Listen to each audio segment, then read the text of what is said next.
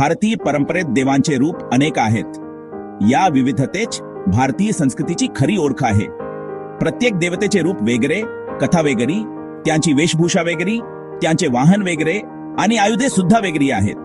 या सगळ्यामध्ये एक खास अर्थ दडलेला आहे आणि त्यांची पूजा करण्याची पद्धतही वेगळी आहे. कुणी मंत्रोच्चार करतात, कुणी भजन कीर्तन करतात, तर कुणी उपवास आणि व्रत करतात. पण या सगळ्या विविधतेमागे एक तत्व दडले आहे, ते म्हणजे दिव्य शक्तीचे तत्व. ही शक्ती आपल्याला सृष्टीच्या कणाकणात जाणवते. आपण कोणत्याही देवतेची पूजा केली तरी अंतिम ध्येय एकच असते आणि ते म्हणजे आपल्या आत दडलेल्या आत्म्याला ओळखणे. जीवनात चांगुलपणा, प्रेम आणि सत्य शोधणे हेच आपल्या जीवनाचे अंतिम ध्येय असले पाहिजे. काही लोक गणपतीला मानतात, विघ्नहर्त्या गणेशाची ते मनोभावे पूजा करतात. काही शिवाला तर काही विष्णूला. शिव हे कल्याणकारी आहेत तर विष्णू जगाचे पालनहार आहेत. कोणी सरस्वती, लक्ष्मी यांची उपासना करतात. सरस्वती विद्येची देवी आहे तर लक्ष्मी धन आणि समृद्धीची. दुर्गा आणि हनुमान यांची आराधना करतात. दुर्गा शक्तीचे प्रतीक आहे तर हनुमान भक्ती आणि सेवेचे. या सर्व देवता वेगवेगळ्या वाटा दाखवतात, पण या वाटावर चालताना आपल्याला प्रेम, करुणा आणि सेवाभाव शिकायला मिळतो. पण त्या सर्व वाटा एका प्रकाशाकडे, एका तत्वाकडे नेतात. तो प्रकाश म्हणजे आत्मज्ञान आणि ते तत्व म्हणजे एकमेव. म्हणूनच देव अनेक पण तत्व ही कल्पना भारतीय विचारधारेच्या गाभा आहे. ही विचारधारा आपल्याला जगाला एकात्मतेच्या सूत्रात बांधायला शिकवते. या दिव्य तत्वाला ओळखणे म्हणजे आपल्यातील माणुसकी ओळखणे आणि माणुसकी आपल्याला इतरांशी जोडायला मदत करते.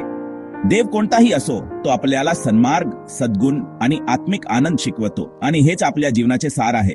म्हणून प्रत्येक देवतेची कथा वेगळी असली तरी सर्वांचा संदेश एकच असतो आणि तो म्हणजे प्रेम, करुणा आणि शांती. गणपती हे केवळ एक नाव नाही तर ती एक ऊर्जा आहे. गणपती हा सर्व कार्यांना शुभारंभ करणारा देव आहे. प्रत्येक शुभ कार्याची सुरुवात त्याच्या नावाने होते.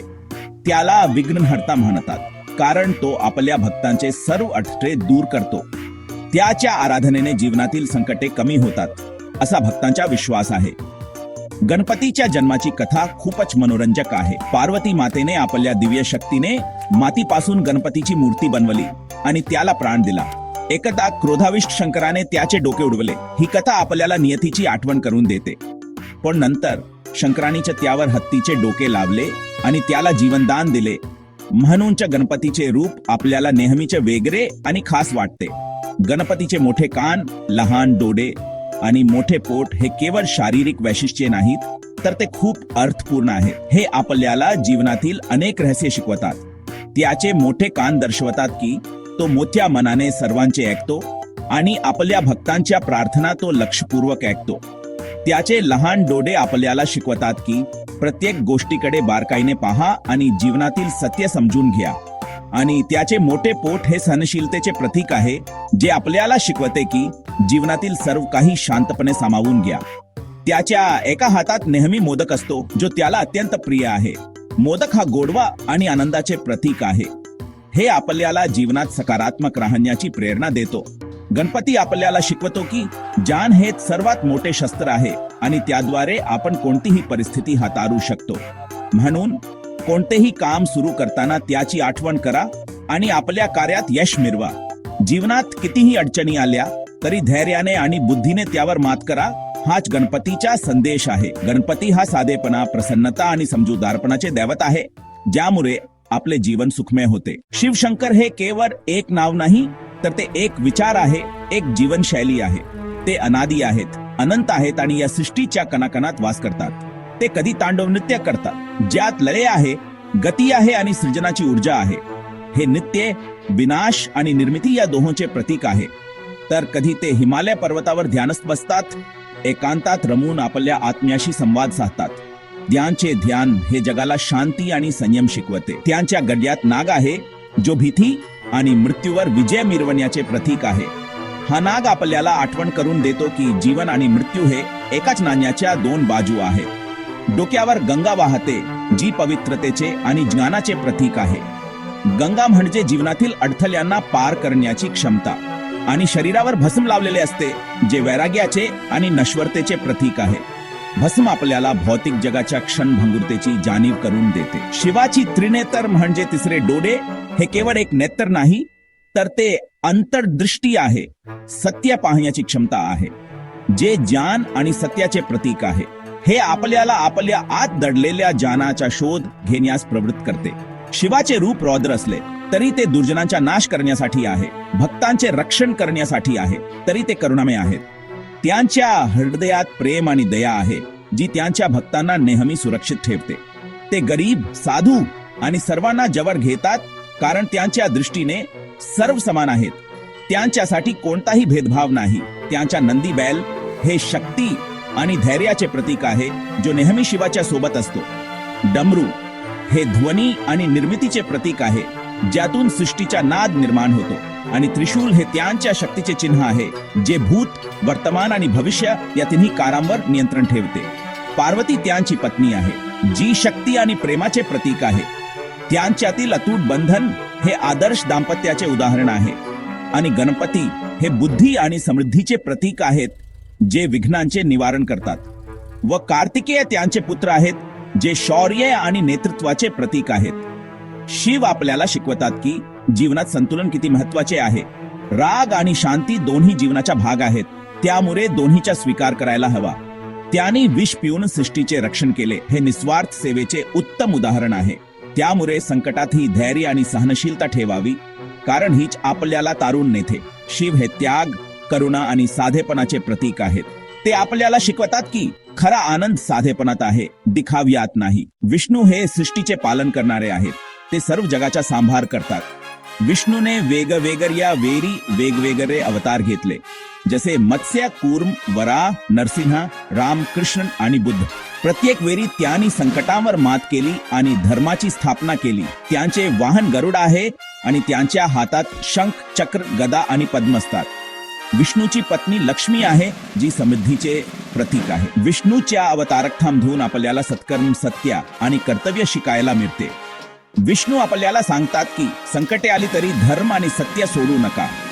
त्यांनी नेहमीच्या दुष्टांचा नाश केला आणि चांगुलपणाचे रक्षण केले. त्यांच्या भक्तांना शांती, प्रेम आणि समृद्धी मिळते. ब्रह्मा हे सृष्टीचे निर्माते आहेत. त्यांच्या 4 चेहऱ्यांनी 4 वेदांचा ज्ञान दर्शवले आहे. ब्रह्माची पत्नी सरस्वती आहे. ती विद्या, संगीत आणि कला यांची देवी आहे. विद्यार्थ्यांसाठी सरस्वतीचे महत्त्व खूप मोठे आहे. लक्ष्मी ही समृद्धी, धन आणि सौंदर्याची देवी आहे. ती घराघरात पूजली जाते, विशेषतः दिवाळीला. तिच्या हातात कमळ आणि सोन्याच्या नाण्या असतात, जे शुद्धता आणि समृद्धीचे चिन्ह आहे. या 3 देवता आपल्याला शिकवतात सृजनाची ताकद, ज्ञानाची गरज आणि समृद्धीचे महत्त्व. खरं तर जीवनात या तिन्ही गोष्टी आवश्यक आहेत. त्यांची पूजा म्हणजे जीवन संतुलित आणि सुंदर बनवणे. दुर्गा ही शक्तीची देवी आहे. तिने महिषासुराचा वध केला, म्हणून तिला महिषासुरमर्दिनी म्हणतात. तिच्या हातात विविध शस्त्रे असतात आणि सिंहावर बसलेली असते. दुर्गा आपल्याला संकटात धैर्याने सामोरे जाण्याची शिकवण देते. हनुमान हे रामभक्त आहेत. ते अतिशय बलवान, बुद्धिमान आणि भक्ती संपन्न आहेत. हनुमानाने सीतेचा शोध घेतला आणि लंका जिंकण्यात मदत केली. त्यांची गदा आणि वानर रूप हे त्यांच्या शक्तीचे चिन्ह आहे. दुर्गा आणि हनुमान आपल्याला शिकवतात की संकटे कितीही मोठी असली तरी श्रद्धा आणि धैर्याने त्यांचा सामना करावा. शक्ती आणि भक्ती एकत्र आल्या की कोणतीही अडचण लहान वाटते. वैवाहिक सर्व देवतांच्या कथा वेगळ्या असल्या तरी त्यांचा उद्देश एकच आहे. प्रत्येक देवता आपल्याला वेगवेगळ्या गुणांची शिकवण देतो. गणपती बुद्धी, शिव शांती, विष्णू धर्म, ब्रह्मा सृजन, सरस्वती विद्या, लक्ष्मी समृद्धी, दुर्गा शक्ती आणि हनुमान भक्ती. या सर्व गुणांचा संगम म्हणजेच पूर्णता. देवता वेगळ्या वाटांनी चालतात, पण त्यांचा मार्ग एकत्र येतो. ते सर्व आपल्याला एकत्र राहणे, प्रेम आणि सहकार्य शिकवतात. या एकतेमुळे भारतीय संस्कृती जगात वेगळी ओळख निर्माण करते. विविधता असली तरी तत्व एक आहे, माणुसकी, प्रेम आणि श्रद्धा. भक्ती म्हणजे मनापासून देवाची सेवा करणे.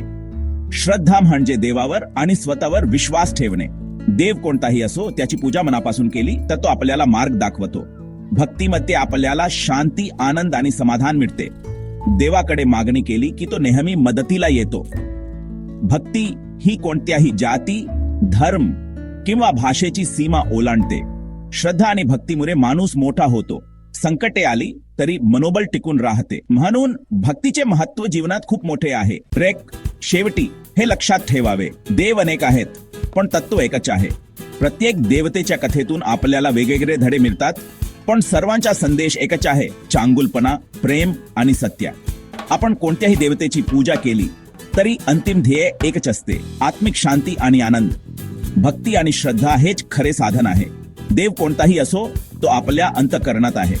म्हणून श्रद्धा ठेवा, भक्ती करा आणि जीवन सुंदर बना. देवाच्या विविध रूपांतून एकच तत्व ओळखा, ते म्हणजे माणुसकी, प्रेम आणि सद्गुण.